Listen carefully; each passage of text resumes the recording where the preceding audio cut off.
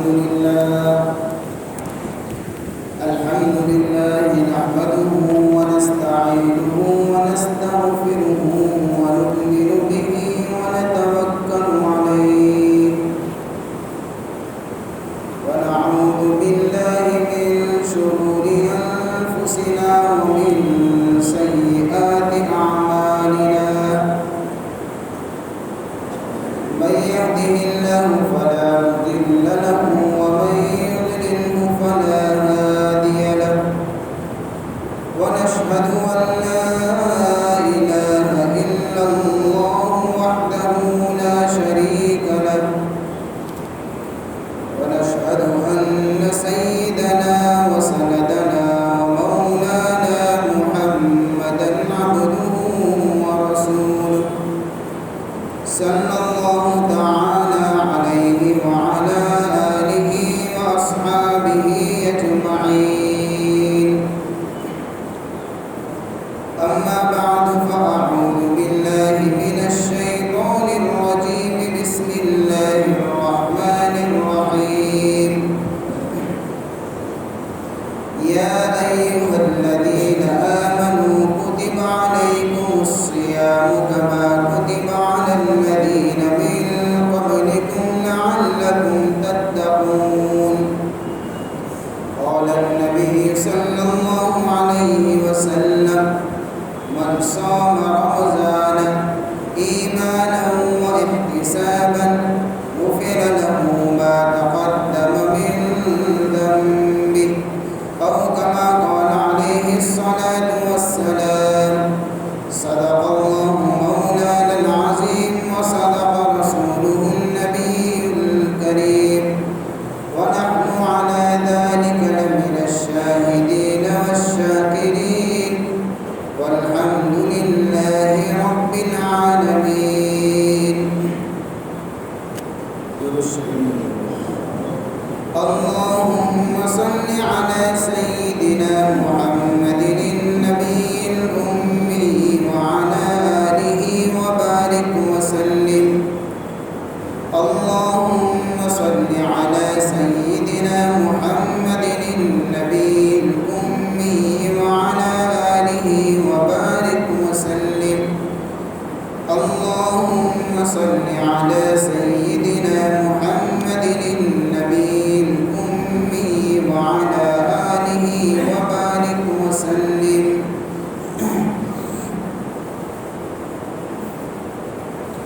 قابل قدر محترم دوست اور بزرگوں،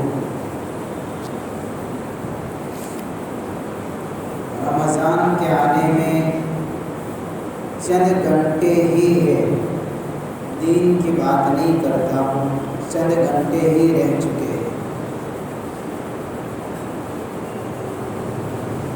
اللہ تعالیٰ کا شکر ادا کرنا چاہیے کہ اللہ نے ہمیں اتنی زندگی دی کہ ہم نے اس مبارک مہینے کو دیکھنے کی گویا کہ ہم کو سعادت نصیب فرمائے۔ بہت بڑی دولت ہے، کسی کو رمضان کا مہینہ مل جانا یہ بات الگ ہے میرے بھائیوں کہ ہمیں احساس نہیں ہے، باقی دولت بہت بڑی ہے۔ ایک قبیلے کے دو آدمی حضور پاک صلی اللہ علیہ وسلم کی خدمت میں ایک ساتھ میں آ کر ایک ساتھ ایمان قبول کرتے ہیں۔ پھر اس کے بعد واقعہ یہ پیش آیا کہ جن دو آدمیوں نے حضور کے ہاتھ پر ایمان قبول کیا ہے ان میں سے ایک صاحب کا تو جنگ میں شہید ہو جاتے ہیں اور انتقال ہو جاتا ہے، دوسرے جو تھے ان کا انتقال بستر پر ہوتا ہے اور 1 سال کے بعد ہوتا ہے۔ اب ان دونوں کو ایک صحابی خواب میں دیکھتے ہیں تو جن کا انتقال 1 سال کے بعد ہوا ہے وہ تو پہلے جنت میں جا رہے ہیں اور ابھی تک شہید کی باری جنت میں جانے کی نہیں آئی۔ تو جن صحابی نے یہ خواب دیکھا ان کو بڑا تعجب ہوا شہید ہونا یہ تو بڑی عظیم دولت ہے، شہید کے بڑے بڑے فضائل ہیں، ان کا مقام، شہید کا کیا رتبہ ہے، وہ صحابہ جانتے تھے، پہچانتے تھے۔ ان کے دل کے اندر ایک سوال پیدا ہوا کہ ایسا کیوں کہ شہید جنت میں ابھی تک نہیں گیا، 1 سال کے بعد جس کا انتقال ہوا، اور وہ بھی شہید نہیں ہے، ان کا انتقال بستر پر ہوا ہے، پھر بھی وہ شہید سے پہلے جنت میں، ایسا کیسے ہو سکتا ہے؟ یہ مسئلہ لے کر حضور کی خدمت میں پہنچتے ہیں۔ یا رسول اللہ، اس مسئلے کا حل کیا ہے؟ شہید کی باری ابھی تک جنت میں جانے کی کیوں نہیں آئی؟ بڑا عجیب معاملہ ہے، صحابہ حضور سے ایسی باتیں پوچھا کرتے تھے۔ ہم جیسے دنیاوی باتیں پوچھا کرتے ہیں، دنیاوی لائن کے معاملات ایک دوسروں سے ہمارے ڈسکس میں رہا کرتے ہیں، صحابہ کے یہاں یہ چیزیں ہوا کرتی تھی۔ تو اللہ کے نبی صلی اللہ علیہ وسلم کی خدمت میں اس مسئلے کو رکھا تو حضور نے فرمایا، اس میں تعجب کرتے ہو تو کہ شہید کی باری ابھی تک آئی نہیں ہے، اور یہ جو 1 سال کے بعد جس کا انتقال ہوا اور پہلے جنت میں چلا گیا، اس میں تعجب تھوڑی ہونا چاہیے، تعجب کی بات نہیں ہے اس میں۔ صحابہ نے فرمایا، یا رسول اللہ، ہم کو تعجب ہو رہا ہے، آخر ہے کیا وجہ؟ اللہ کے نبی صلی اللہ علیہ وسلم نے فرمایا، حساب تو لگاؤ، 1 سال کے بعد جس کا انتقال ہوا ہے اس کی نمازیں کتنی ہو گئی، اس کی رکعتیں کتنی ہو گئی، اس کو تو حساب میں لاؤ، اس کی نوافل کتنی ہو گئی، ہزاروں رکعتیں اور اتنی رکعتیں پڑھ گیا، اور پھر ساتھ ساتھ میں اس کو بھی تو دیکھو کہ 1 سال رمضان پایا ہے اس نے، اس کو 1 سال کے اندر رمضان کا مہینہ بھی مل گیا، اس کے روزے مل گئے، اس کی تراویح مل گئی، اس کی عبادت مل گئی، اس کی شب قدر مل گئی۔ اب دونوں کے درمیان میں آسمان اور زمین کا فرق ہو چکا ہے۔ یہ ایک رمضان کی قیمت ہے جو اللہ نے ہمیں عطا فرمایا ہے، کہ ایک رمضان کا مل جانا آدمی کو کہاں سے کہاں تک پہنچا سکتا ہے، جس کا ہم تصور نہیں کر سکتے، ہم سوچ نہیں سکتے کہ کتنی بڑی دولت اللہ نے ہمیں عطا فرمائی ہے۔ اس لیے اس کی قدر کرنی چاہیے، اور اس کی قدر اور اس کا استقبال یہ نہیں ہے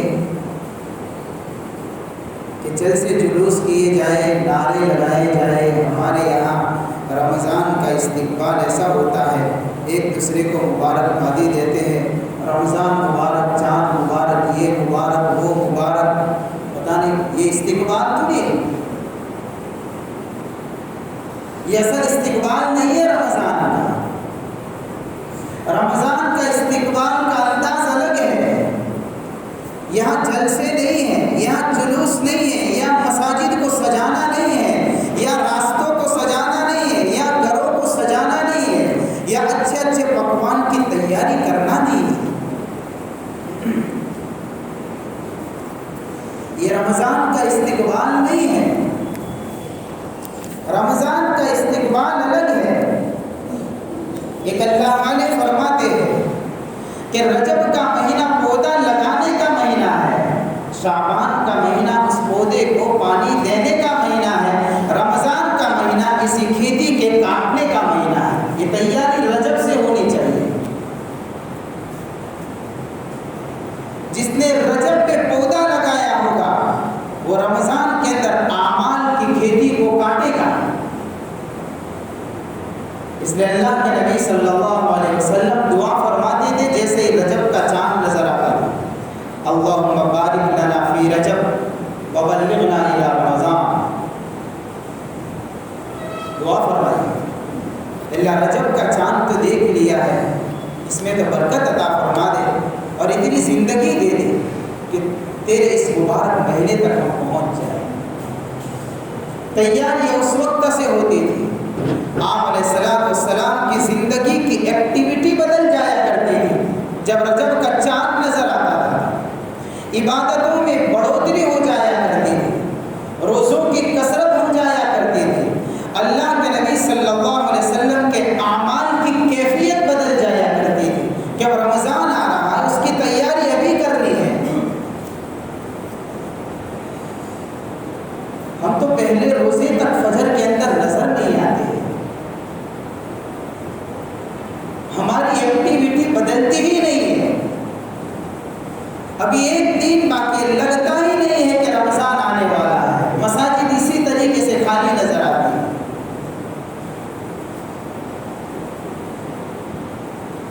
نمازوں کے اندر وہی حال ہوتا ہے جو چند لوگ ہوتے ہیں یا چند صفحے ہوتی ہیں، ورنہ ہمارے بازار، ہمارے کاروبار آباد نظر آ رہے ہیں۔ رمضان کی تیاری تو کی ہے اور انتظار ہر کسی کو بڑی شدت سے ہوا کرتا ہے، اور میں کہتا ہوں کہ انتظار ضرور ہونا چاہیے۔ یہ معمولی مہینہ نہیں ہے، بڑا مبارک مہینہ ہے، یہ نیکیوں کے لیے موسم بہار ہے۔ بہار کے موسم کے اندر ہم دیکھتے نہیں ہیں، کھیت لہلہانے لگتے ہیں، جنگلوں میں ہریالی نظر آ جایا کرتی ہے، ہواؤں کے اندر خوشنمائی نظر آتی ہے، بیماریاں بھاگ جایا کرتی ہے، دلوں کے اندر فرحتیں پیدا ہو جاتی ہے، درختوں کے اوپر سے گرے ہوئے پتے دوبارہ درختوں کے اوپر لگ جایا کرتے ہیں، ہر درخت لہلہاتا ہوا نظر آتا ہے۔ یہ رمضان کا مہینہ روحانیت کے اعتبار سے یہ موسم بہار کا مہینہ ہے، یہ مرجھائے ہوئے دل کھل جایا کرتے ہیں، کمزور ایمان کو نورانیت مل جایا کرتی ہے، بے جان اعمال میں جان پڑ جایا کرتی ہے، رب کی طرف سے رحمت کی بارش برسنے لگتی ہے۔ یہ نیکیوں کے لیے موسم بہار ہے، بڑا عظیم مہینہ ہے، اس لیے اس کی نسبت بڑی عجیب و غریب ہے۔ کسی نے کہا کہ رمضان کے مہینے کو 12 مہینے جو ہے سال کے، اس میں سے رمضان کے مہینے کی نسبت 11 مہینوں کے مقابلے میں ایسی ہے جس طریقے سے حضرت یوسف علیہ السلام کا مقام تھا ان کے 11 بھائیوں میں۔ حضرت یوسف کو ملا تو 12 بھائی ہو جاتے ہیں،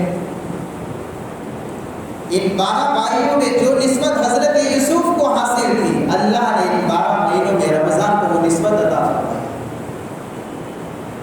وہ شان عطا فرمائی۔ وہ کیا نسبت حاصل تھی کہ حضرت یوسف علیہ السلام کے اوپر حالات آئے بھائیوں کی طرف سے، پتہ نہیں کن کن گھاٹیوں سے گزرنا پڑا، کن کن حالات سے دوچار ہونا پڑا، کتنے سال تک جیل کے سلاخوں کے پیچھے رہنا پڑا، لیکن اللہ نے انجام کے اعتبار سے حضرت یوسف کو نوازا، تخت شاہی پر بٹھایا، مصر کا بادشاہ بنایا، وزیر خزانہ بنایا، پورے خزانے کے اوپر ان کا کنٹرول اللہ نے دیا۔ بھائیوں کو پتہ چلا، بعد میں پتہ چلتا ہے یہی وہ یوسف ہے جس کو ہم نے کنویں میں ڈالا تھا۔ حضرت یوسف علیہ السلام نے اعلان کیا، لا تثریب علیکم اليوم، ڈرو نہیں، گھبراؤ نہیں، شرمندہ ہونے کی ضرورت نہیں، تم پر الزام نہیں آئے گا۔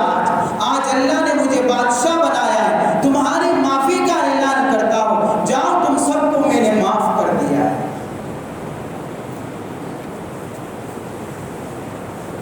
یہ رمضان کا مہینہ آتا ہے، اللہ ندا لگاتا ہے، او 11 مہینے کے گنہگاروں، آؤ رب کے دربار میں آؤ۔ اللہ آواز لگاتا ہے، یا عبادی الذین اسرفوا علی انفسہم لا تقنطوا من رحمت اللہ ان اللہ یغفر الذنوب جميعا۔ بڑے پیار کے ساتھ میں اللہ نے بلایا،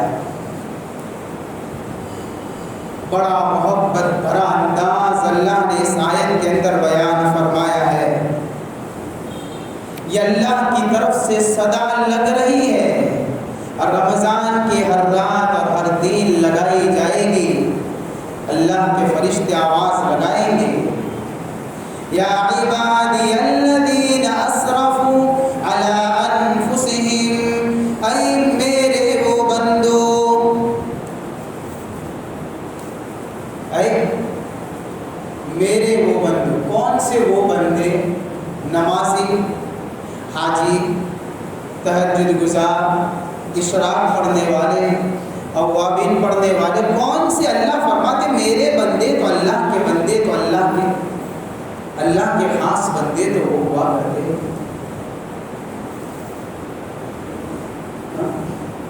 جو صالحین کی جماعت ہے، جو نیک لوگوں کی جماعت ہے، وہ اللہ کے خاص بندے ہیں۔ بہت بڑا اسٹیٹس ہے ان کا رب کے دربار میں، بہت بڑا مقام اور رتبہ ہے۔ کیا وہ بندے؟ اللہ یا عبادی الذین، اے میرے وہ بندے، اللہ آپ کے وہ بندے جس کو آپ نے پکارا، کون سے؟ کہ وہ نہیں، حاجی نہیں، نمازی نہیں، نوافل پڑھنے والے نہیں، اشراق پڑھنے والے نہیں، تہجد پڑھنے والے نہیں، قرآن کی تلاوت کرنے والے نہیں، وہ نہیں، دوسرے ہیں میرے بندے جو خاص ہیں۔ اسرفوا علی انفسہم، میرے وہ بندے بھی میرے وہ خاص بندے ہیں جنہوں نے اپنی زندگی کو گناہوں کے دلدل میں پھنسا دیا ہے۔ ان کو اللہ فرماتے ہیں آپ میرے بندے، غفلت کی زندگی گزارتے گزارتے 11 مہینے گزر چکے، دل گناہوں کے اندر سیاہ ہو چکے، دل گناہ کے اندھیرے میں ڈوب چکا، اس کے دلدل میں پھنس چکا، کوئی نہیں نکالے گا۔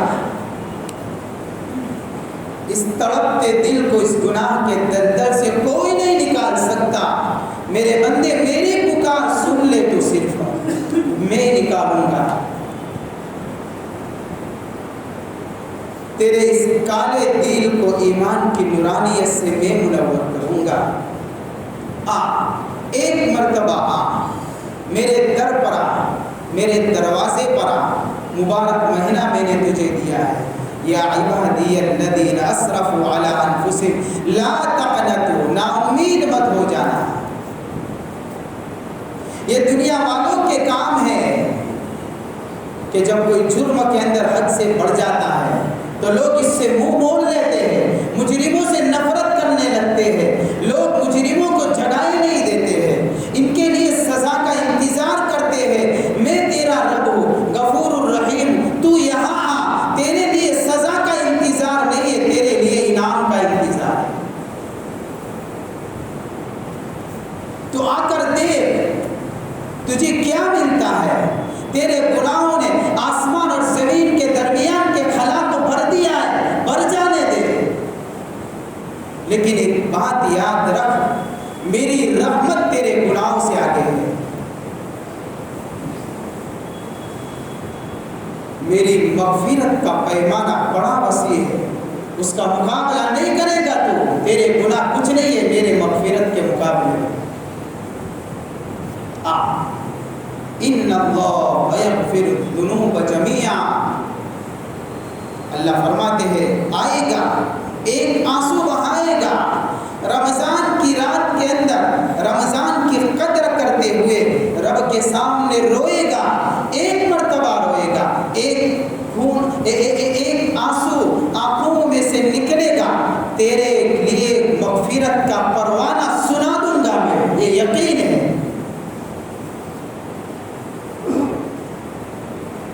جہاں تجھے کہیں بھی معافی نہیں ملے گی، یہ وہ در ہے، تو آ کر دیکھے گا، دل کی ندامت کے ساتھ آئے گا، تیرے لیے مغفرت کا پروانہ نہیں ہوگا، آیا ہے جا تجھے بھی معافی۔ حضرت یوسف علیہ السلام نے اپنے بھائیوں کو پایا تو لا تثریب علیکم اليوم کا نعرہ لگایا، آؤ انسان نہیں ہے، اللہ رمضان کے اندر یہی آواز لگا رہے ہیں، اے میرے گنہگار بندو آؤ، تم پر انسان نہیں لگایا جائے گا، تمہاری بھی مغفرت کر دی جائے گی، نسبت حاصل ہے۔ معمولی مہینہ نہیں ہے، اس کی قدر کو پہچاننا ہے۔ ہاں، سورہ یوسف کا سبق کیا ہے؟ پوری سورہ یوسف کا سبق ہے وَمَن يَتَّقِ وَيَصْبِرْ فَإِنَّ اللَّهَ لَا يُضِيعُ أَجْرَ الْمُحْسِنِينَ۔ جو تقوی اختیار کرے گا، جو صبر کو اپنی زندگی میں جگہ دے گا، اللہ فرماتے ہیں احسان کرنے والوں کے اجر کو ضائع نہیں کیا جائے گا، نیک کام کرنے والوں کے اجر کو ضائع نہیں کیا جائے گا۔ یہی مقصد رمضان کا ہے۔ اللہ کے نبی صلی اللہ علیہ وسلم نے بھی فرمایا، قرآن بھی اعلان کرتا ہے روزہ رکھ کر تقوی لے لو، روزہ رکھ کر صبر لے لو۔ اللہ کے نبی نے فرمایا جنت کا پروانہ مل جائے گا۔ یہ نسبت ہے 11 مہینوں کے ساتھ میں اس مہینے کو، جو نسبت حضرت یوسف کو ان کے بھائیوں کے مقابلے میں حاصل کی۔ اس لیے روایتوں میں آتا ہے اللہ کے نبی صلی اللہ علیہ وسلم نے فرمایا رمضان کیا ہے؟ ہم کیا سمجھیں گے میرے بھائی؟ رمضان کو ہم کیا سمجھیں گے؟ ہم نے رمضان کس کو سمجھا ہے؟ دن میں روزہ رکھنا، رات میں تراویح پڑھنا، کیا یا پھر آخری عشرے کے اندر اعتکاف کرنا؟ یہ چند مخصوص اعمال ہے ہی رمضان کے، انکار نہیں کر رہا ہوں میں، لیکن سوال یہ ہے کیا رمضان اتنے عمل کا ہی نام ہے؟ کیا اس کو ہی رمضان کہیں گے؟ رمضان معمولات کے امتحان کا مہینہ ہے۔ جیسے اسٹوڈنٹوں کا ایگزام ہوتا ہے تو ہم نے دیکھا ہوگا ان کو کہ جب 10ویں 11ویں 12ویں کے جو ایگزام چلتے ہیں تو ذرا ہارڈ ہوا کرتا ہے یہ اسٹیپ۔ تو ایسے اسٹوڈنٹ کھانا پینا بھی چھوڑ دیتے ہیں، راتوں کی نیندیں قربان کر دیتے ہیں، ایک فکر میں لگ جاتے ہیں اچھی پوزیشن پر کامیابی مل جائے، کیونکہ یہیں سے آگے کی ڈگریاں کھلے گی، یہیں سے راستے کھلیں گے، یہیں سے پتہ چلے گا کہ مجھے عزت ملے گی کہ ذلت ملے گی۔ امتحان کسی کی عزت کا فیصلہ کرتا ہے یا تو کسی کی ذلت کا فیصلہ کرتا ہے۔ ایگزام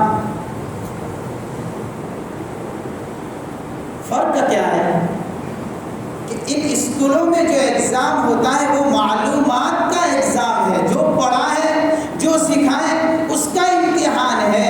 اس مہینے میں جس کا امتحان ہوتا ہے وہ معمولات کا امتحان ہے، جو کرنا ہے وہ کر کے دکھا دے گا۔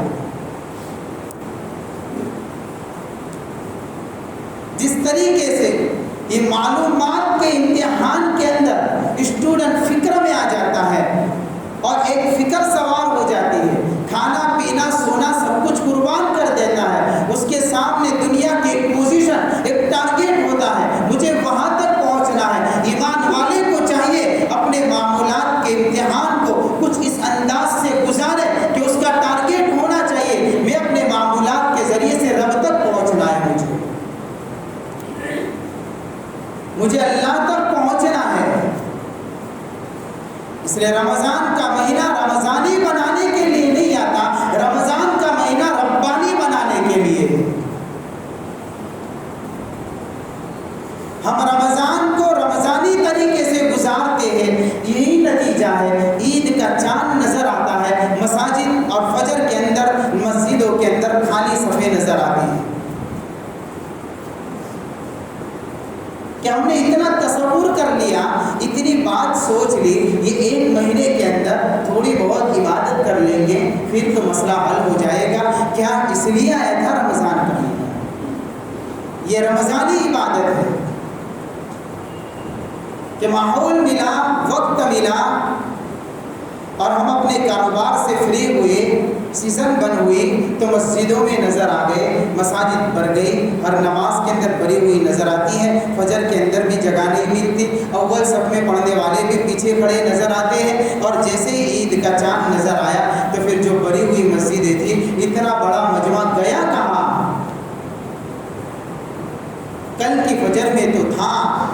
کی فجر میں لوگ کہاں چلے گئے؟ یہ رمضانی عبادت ہے۔ یا اگر زیادہ سے زیادہ چند دن تک فجر کی پابندی ہو جاتی ہے، پھر وہی پرانی روش کے اوپر ہم چلے آتے ہیں، مہینوں تک فجر نہیں ہوتی، افسوس نام کی چیز بھی نہیں ہے دل میں۔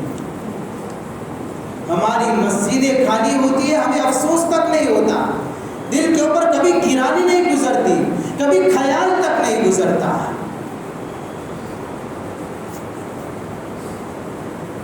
کبھی خیال تک نہیں آتا۔ اس لیے میں نے کہا رمضان کے اندر اس بات کا عہد کرے کہ مجھے رمضانی نہیں بننا، مجھے ربانی بننا ہے۔ اس کے ایام کی قدر کرنی ہے، اس کے راتوں کی قدر کرنی ہے۔ اللہ کے نبی صلی اللہ علیہ وسلم نے فرمایا رمضان کا ایک روزہ، روایت سنا رہا ہوں، رمضان کا ایک روزہ، 30 روزے کی بات نہیں کرتا، ایک کا روزہ صرف۔ آپ علیہ السلام نے فرمایا یہ رمضان کا ایک روزہ اتنا بڑا ہے کہ اگر کسی کا یہ روزہ چھوٹ گیا اور پوری زندگی روزے رکھے گا، اس کو یہ برکت نہیں مل سکتی ہے، یہ کام یا فضیلت اس کو حاصل نہیں ہو سکتی ہے۔ یہ حضور کا فرمان ہے، ایک روزہ چھوٹا اس کی فضیلت نہیں ملے گی چاہے زندگی بھر روزے رکھے۔ ایسے 30 روزے اللہ نے عنایت فرمائے۔ بہت سارے لوگ ایسے تھے بیچارے جو گزشتہ رمضان کے اندر تھے، اس مرتبہ نہیں۔ اور آئندہ رمضان میں ہم میں سے کتنے لوگ ایسے ہوں گے، دعا نہیں کرتا، لیکن یہ تصور ہر کسی کو ہونا چاہیے، دعا تو یہ کرنی چاہیے اللہ بار بار یہ مبارک مہینہ عطا فرمائے۔ اللہ سے دعا کرے اللہم سلمنی لرمضان وسلم رمضان لی وتسلمہ منا متقبلا۔ سلامتی کی دعا مانگے کہ میری طرف سے رمضان سلامتی والا بنے اور رمضان کی طرف سے مجھے سلامتی مل جائے۔ بندے کی طرف سے رمضان سلامتی والا کیسے بنے گا؟ ناقدری نہ کرے، ناشکری نہ کرے، اس کی گھڑیوں کے اندر گناہ نہ کرے، نافرمانی نہ کرے، احکام نہ توڑے، نبی کی سنتیں نہ چھوڑے، فرائض کو نہ چھوڑے، روزہ نہ چھوڑے۔ عجیب معاملہ ہے مسلمان لیکن رمضان کا روزہ نہیں رکھتا ہے تو مسلمان رمضان کا روزہ نہیں رکھتا ہے۔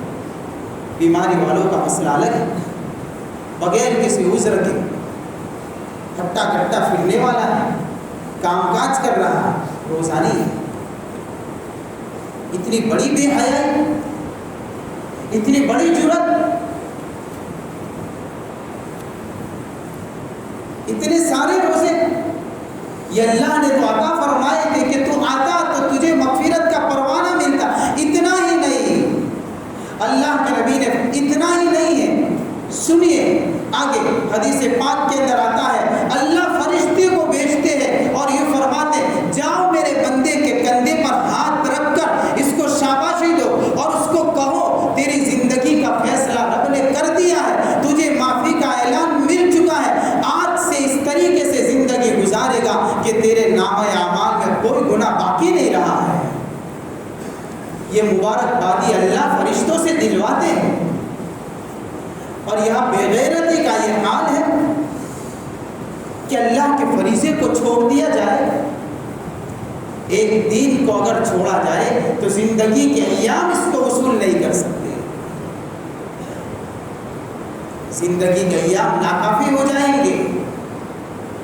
قدر ہے سل قدر، شکر ہے اللہ کا، اور یہ شکر دل سے ادا کریں گے کہ اللہ نے یہ نصیبہ ہمارے قسمت کے اندر لکھا تھا، تو اللہ نے زندگی کے لمحات اتنے بڑھائے اور یہ مبارک مہینہ آج ہم پا رہے ہیں، چند ہی گھنٹوں کے اندر آ رہا، چند ہی گھنٹوں کے اندر رحمتوں کی بارے اللہ والے تو فرماتے ہیں رمضان کی برکتوں کا نزول تو جن کو اللہ دل کی بصیرت عطا، اندر کی بصیرت عطا فرماتے ہیں، جن کو اللہ ولایت کے مقام تک پہنچاتے ہیں، ایسے اللہ والے یوں فرماتے ہیں کہ 15 شعبان سے ہی ان کو تو احساس ہوتا ہے کہ رمضان کی بارش ہو رہی ہے۔ 15 شعبان سے ہی۔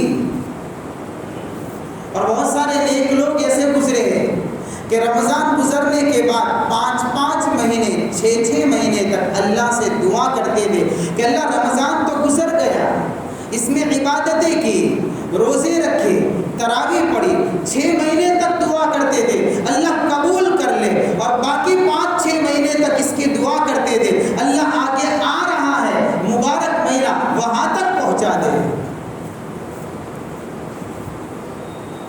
وہاں تک پہنچا دے۔ تو پورا سال ان کا انتظار رمضان میں گزرتا تھا۔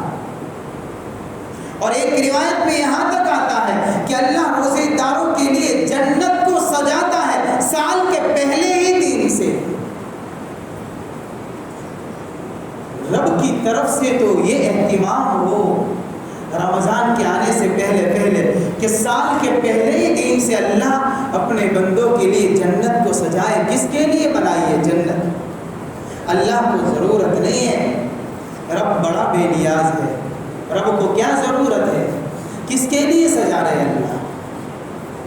میرے اور آپ کے لیے سجاتے ہیں، اپنے بندوں کے لیے سجاتے ہیں، روزے داروں کے لیے سجاتے ہیں۔ کب سے سجاتے ہیں؟ ہمارے گھر پر شادی کا پروگرام ہوتا ہے تو ہم مہینوں پہلے گھروں کو سجاتے ہیں، کلر کرواتے ہیں، ڈیکوریشن کرواتے ہیں، کام کرواتے ہیں، اور پتہ نہیں کیا کیا چیزیں ہم کرواتے ہیں۔ بھائی کیوں کروا رہے ہیں؟ کوئی پوچھے گا تو کہیں گے لڑکے کی یا لڑکی کی شادی ہے، اس لیے گھر کے اندر مرمت ہو رہی ہے۔ یہ اللہ کا وہ مبارک مہینہ ہے، یہ رمضان کا وہ مبارک مہینہ ہے کہ اللہ چند مہینے پہلے نہیں، سال کے پہلے ہی دن سے جنت کو سجاتے ہیں، سال کے پہلے ہی دن سے اللہ کی طرف سے جنت کو سجایا جا رہا ہے۔ اور ہم جیسے گنہگار بندوں کے لیے کہ اللہ فرماتے ہیں کہ آئیں گے میرے بندے، میں ان کے لیے اس کا فیصلہ کروں گا، مغفرت کا پروانہ سنا۔ اس لیے میرے بھائی رمضان کی راتوں کی قدر کریں، اس کے ایام کی قدر کریں۔ صحابہ کے رمضان کو دیکھیں، 1400 سال کے بعد والا رمضان نے، ہم اپنے رمضان کا مقابلہ کریں صحابہ کے رمضان سے۔ ان کا رمضان کیسا تھا؟ وہ تپتی ہوئی ریگستانی زمین کے اندر جھلسا دینے والی گرمی کی شدت میں روزہ رکھا کرتے تھے، بڑے ذوق اور شوق سے رکھتے تھے، بڑی رغبت کے ساتھ میں رکھتے تھے۔ ہمارے لیے کیا ہو گیا؟ ایئر کنڈیشنر روم کے اندر اے سی والے کمروں میں روزہ رکھنا ہمارے لیے مشکل ہو گیا۔ گرمیوں کے رمضان ہے، آدمی ڈر جاتا ہے، بھئی کیا ڈرنے کی کیا ہے؟ کیا مسئلہ کیا ہے اس میں؟ کیا ہوگا؟ کیا تکلیف پیش آئے گی اس میں؟ اتنا زیادہ ہائے واویلا کرنے کی کیا ضرورت ہے؟ خطرناک گرمی تو نہیں، اللہ نے اسباب دیے ہیں، وسائل دیے ہیں، اس ٹھنڈے کمرے دیے ہیں، پھر اس کا کیا مطلب کہ گرمی ہے اللہ یعنی کہ روزہ اتنے گھنٹے کا گھنٹے گنتے ہم تو بھائی جتنے بھی گھنٹے کا ہو روزہ اللہ کا حکم ہے۔ صحابہ کے زمانے میں بھی گرمیوں میں رمضان آئے تھے، نہیں آئے ایسے نہیں، یہ چکر تو پھرتا رہتا ہے، موسم تو بدلتے رہتے ہیں۔ عبادت کا تعلق موسم کے ساتھ میں نہیں ہے، عبادت کا تعلق رب کے ساتھ میں ہے۔ اللہ کا حکم ہے کوئی بھی موسم ہوگا پورا کرنا ہے، کوئی بھی موسم۔ اس لیے صحابہ ریگستانی زمینوں کے اندر، جلسہ دینے والی گرمیوں کے اندر، تپتی ہوئی ریتیلے ماحول کے اندر ذوق اور شوق کے ساتھ میں رمضان کے روزوں کو رکھا کرتے تھے۔ ہمارا حال یہ ہو چکا ہے، ہم ٹھنڈے کمروں میں ہمارے لیے روزہ رکھنا مشکل ہو گیا۔ صحابہ کے رات اور دن عبادت میں گزر جایا کرتے تھے، ہمارا رمضان تجارت میں گزرتا ہے، مارکیٹوں میں گزرتا ہے۔ صحابہ رمضان کی عبادتیں کیا کرتے تھے، دین کے روزے رکھا کرتے تھے، رات کی تراویح پڑھا کرتے تھے، اس لیے کہ وہ سمجھتے تھے یہ اللہ کا حکم ہے، اس کے اوپر رب کی طرف سے انعام کا وعدہ ہے، اس فضیلت کو سمجھا تھا، اس عظمت کو سمجھا تھا۔ ہم کیا کرتے ہیں کہ ہم اپنے پکوان کے دسترخوانوں کو سجایا کرتے ہیں۔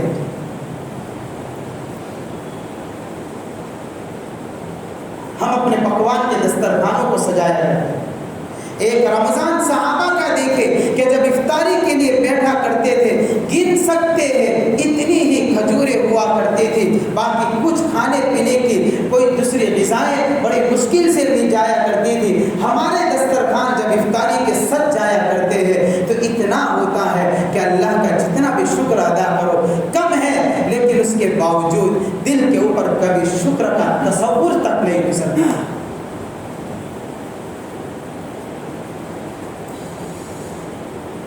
یہ صحابہ کے اوقات مسجدوں میں گزر جایا کرتے تھے، اللہ سے تعلق جوڑنے میں گزر جایا کرتے تھے۔ ہماری بھی محفلیں تو لگ جایا کرتی ہے، ہماری محفلیں دعوتوں کی نظر ہو جایا کرتی ہے، افطار پارٹیوں کی نظر ہو جایا کرتی ہے۔ یہ آج کا رمضان ہے، یہ 1400 سال پہلے کا رمضان ہے۔ صحابہ کے زمانے میں تلاوت قرآن کو توجہ سے سنا جاتا تھا، ہمارے رمضان کے اندر ختم قرآن کا انتظار کیا جاتا ہے، اس تصور کے ساتھ میں کہ تراویح ختم ہو جائے، کچھ آرام مل جائے۔ یہ ہمارا رمضان ہے۔ صحابہ کے زمانے میں بہترین قرات کرنے والے قراء کو اور حسن صوت کے ساتھ بہترین خوشنما آواز کے ساتھ پڑھنے والے قاریوں کو پسند کیا جاتا تھا۔ ہمارے زمانے میں جلد بازی تیز رفتار پڑھنے والوں کو تلاش کیا جاتا ہے۔ یہ ہمارا رمضان ہے۔ صحابہ کی آخری 10 راتیں مسجدوں کے اندر شب قدر کی تلاش میں اور اعتکاف میں گزرتی تھی، ہماری آخری 10 راتیں چلتے چلاتے تجارتی ڈسکاؤنٹ میں گزر جایا کرتی۔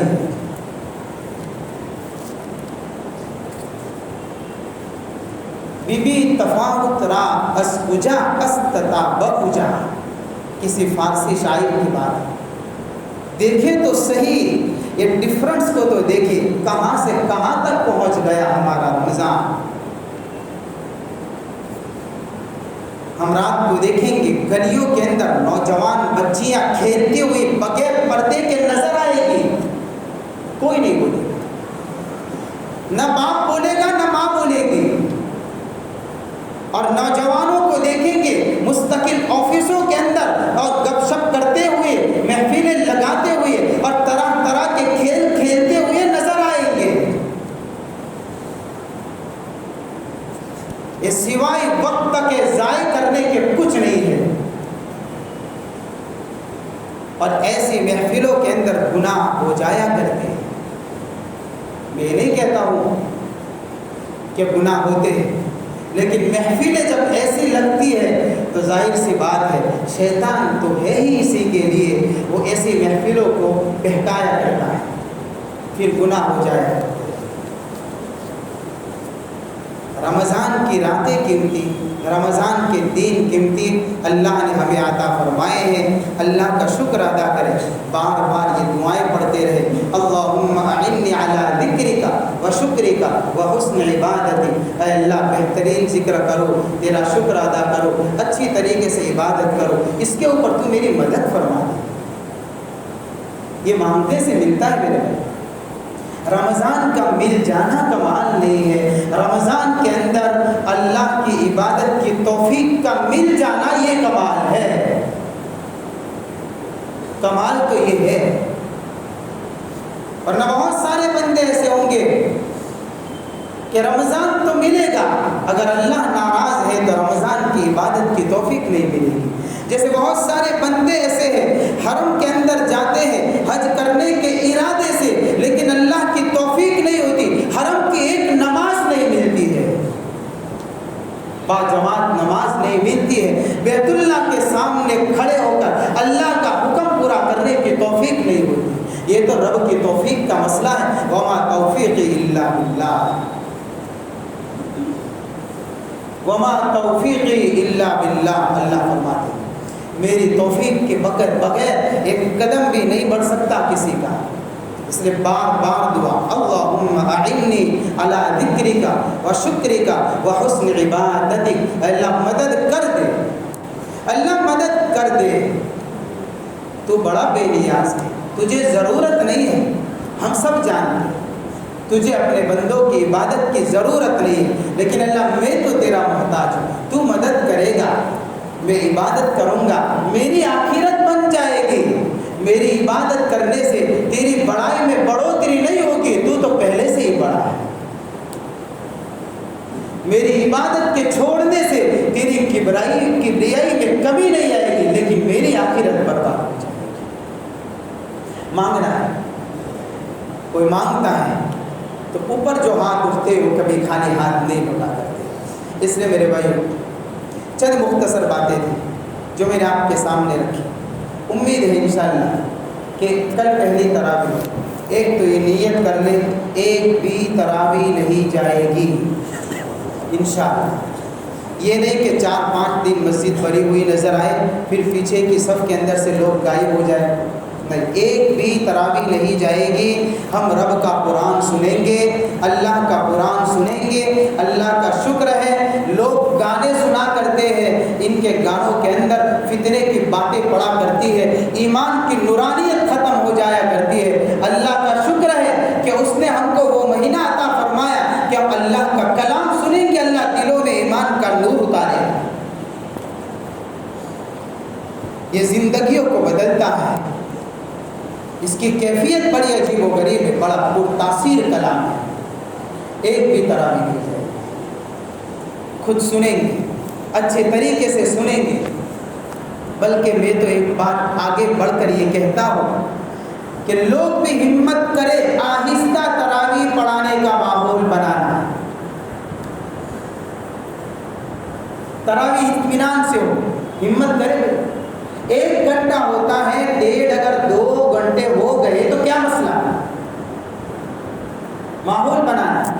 نیت کریں گے, ارادے کریں گے, لوگوں کی طرف سے اگر ائمہ کو اور حفاظ کو سپورٹ ملے گا وہ آہستہ پڑھیں گے. پڑھنے والے بھی ڈرتے ہیں کہ یار پیچھے جا کر پتہ نہیں کوئی کہے گا کہ یار تو نے آہستہ پڑھی, جو جلدی پڑھنی چاہیے تھی, تو وہ حافظ بھی بھاگتا ہے, وہ بھی ڈرتا ہے. اس میں ڈرنے کی کیا, اس سے یہ تو بڑی عظیم جگہ ہے, اس میں تو اللہ کا خیال رکھا جائے گا, اس میں کسی کوئی کیا کہہ جائے گا, اس کا کیا مسئلہ ہے. تو یہ تو لوگوں کی طرف سے سپورٹ ملنا چاہیے ائمہ کو, حفاظوں کو, کہ بھائی آہستہ تراویح پڑھیں, تو آہستہ ہوگی تراویح. تو تراویح ایک بھی نہ چھوٹے, قرآن کی تلاوت پابندی سے کرنی ہے. روزہ نہ چھوٹے نہیں, بلکہ روزہ رکھ کر بھی روزے کی ناقدری نہ ہو. ایک بھی نماز جماعت سے نہ چھوٹے, تکبیر اولیٰ کے ساتھ نماز پڑھیں, یہ عہد کر لے. کاروبار کرے, سب کچھ کرے, اللہ برکت عطا فرمائے. اور ایک پکا ارادہ کر لے, اگر کسی کی کمائی کے اندر حرام چیز ہے تو نیت کرے کہ رمضان کے اندر حلال کمائی سے میں رمضان گزاروں. 1 مہینہ حلال کمائی سے روزہ رکھوں گا بھی اور حلال کمائی سے افطار کروں گا بھی. دونوں کام حلال کمائی سے کروں, حرام سے بچوں گا. اس رمضان کے اندر حرام نہیں آئے گا میرے گھر. یہ نیتیں کریں. اللہ تعالیٰ مجھے اور آپ حضرات کو عمل کی توفیق عطا فرمائے.